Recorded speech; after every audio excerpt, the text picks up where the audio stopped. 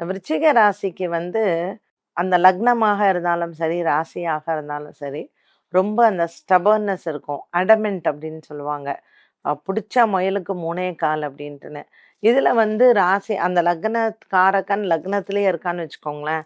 விருச்சிக ராசி, விருச்சிக லக்னத்துல செவ்வாயும் அதிலேயே இருக்கு. சந்திரன், செவ்வாய்லாம் அதிலேயே இருக்கு அப்படின்னா, ஒரு மாதிரியான ஒரு அசட்டு பிடிவாதம் அவங்களுக்கு இருக்கும். சம்டைம்ஸ் நமக்கே எரிச்சலா இருக்கும்.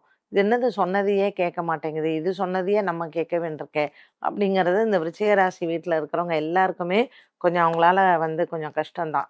அது அனுஷமா இருக்கலாம், கேட்டையா இருக்கலாம், விஷாகமாக இருக்கலாம். சரி, நிஜ முகம் என்ன? அப்படியே பட படன்னு உண்மைய வந்து பேசுறது.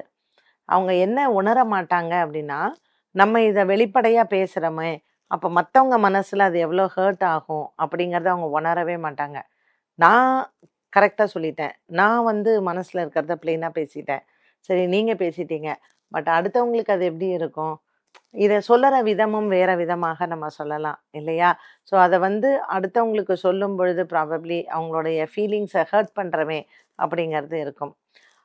போலி முகம் அப்படின்னு பார்க்கும்பொழுது விருச்சிக ராசிக்காரர்களுக்கு அவங்களுக்கு கொஞ்சம் போலியா இருக்க தெரியாது தான். இதுல விசாக நட்சத்திரக்காரர்கள் நம்ம சொல்லலாம். இவர்களிடத்தில் ஒரு போலியா சிரிக்கிறது, ஆ யாரையுமே பகச்சுக்க கூடாது அப்படின்னு சொல்லிட்டு, இப்ப நம்மலாம் வந்து ஒருத்தர பிடிக்கல, தப்பு செய்றாங்கன்னா, "ஏய் நீ பண்றது தப்பு" அப்படின்னு நம்ம சொல்லுவோம். இவங்க அத சொல்ல மாட்டாங்க. எங்கேயாவது தனக்கு கெட்ட பேர் வந்துருமோ அப்படின்ட்டுன்னு, இல்ல இல்ல" அப்படின்னு இந்த பேசி, மழுப்பி, பூசி மொழுகுறது அதெல்லாம் அவங்க பண்ணுவாங்க.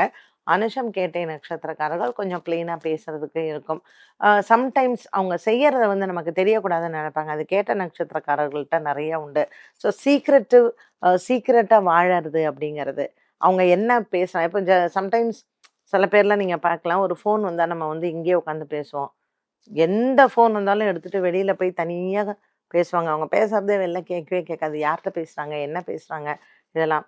நீங்க அவங்கள கேட்டீங்கன்னா, இதெல்லாம் ஒரு பிரைவசி அப்படின்னு சொல்லுவாங்க.